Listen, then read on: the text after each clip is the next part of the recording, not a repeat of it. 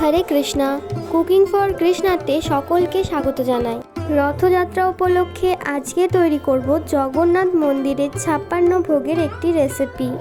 পুরীর মন্দিরে ভগবানকে প্রতিদিন 56 ভোগ নিবেদন করা হয়। তার মধ্যে অন্ন, ডাল, সবজি, মিষ্টান্ন দ্রব্য এমনকি ফলও থাকে। আজকে জগন্নাথ দেবের 56 ভোগের একটি সবজি রেসিপি মহুরা তৈরি করে দেখাবো, যেটা জগন্নাথ দেবকে দুপুরের ছত্রভোগে নিবেদন করা হয়। তাহলে চলুন দেখে নেওয়া যাক পুরীর মন্দিরে কিভাবে এই মহুরা তৈরি করা হয়।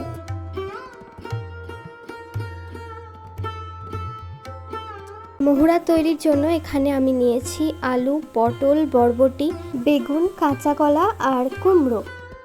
এছাড়াও চাইলে অন্যান্য সবজি নেওয়া যেতে পারে, তবে জগন্নাথ মন্দিরে গাজর, ফুলকপি, বাঁধাকপি, টমেটো এগুলো ব্যবহার করা হয় না।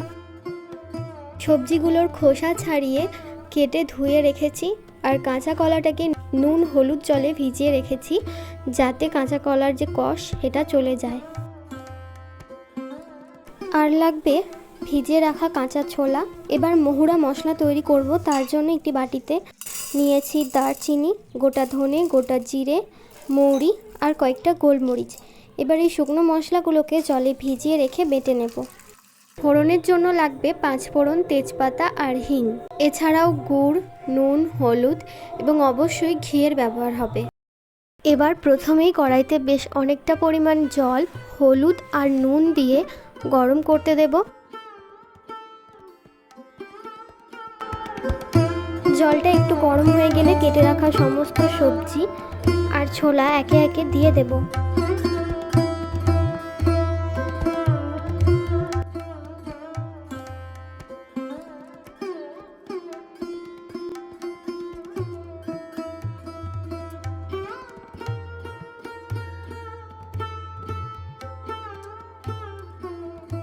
এবার ঢাকা দিয়ে সবজিগুলোকে সিদ্ধ করে নেব। জগন্নাথ মন্দিরের সমস্ত রান্নায় একটা উপকরণ কমন, সেটা হলো নারকেল কোড়া।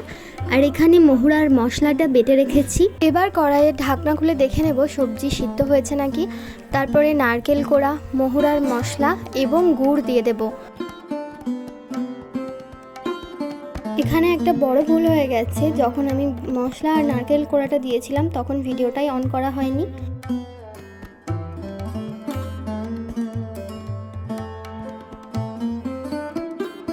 তো এখন তরকারিতে অনেকটা জল রয়েছে, এটাকে এরকমভাবে ফুটতে দেব। অন্যদিকে আরেকটি কড়াইয়ে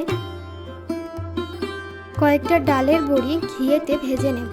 জগন্নাথ মন্দিরে কিন্তু সমস্ত রান্না ঘিয়েতে করা হয়, তবে আপনারা বাড়িতে করার ক্ষেত্রে তেলের ব্যবহার করতেই পারেন।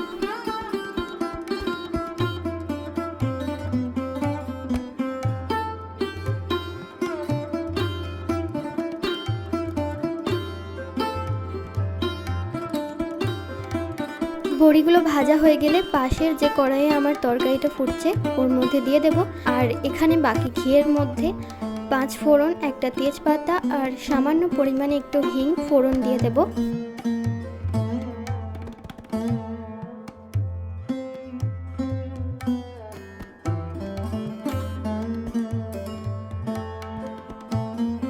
এবার বানিয়ে রাখা সবজির মধ্যে উপর থেকে ফোড়নটা দিয়ে দিলেই তৈরি হয়ে যাবে জগন্নাথ মন্দিরের 56 ভোগের এই রেসিপি।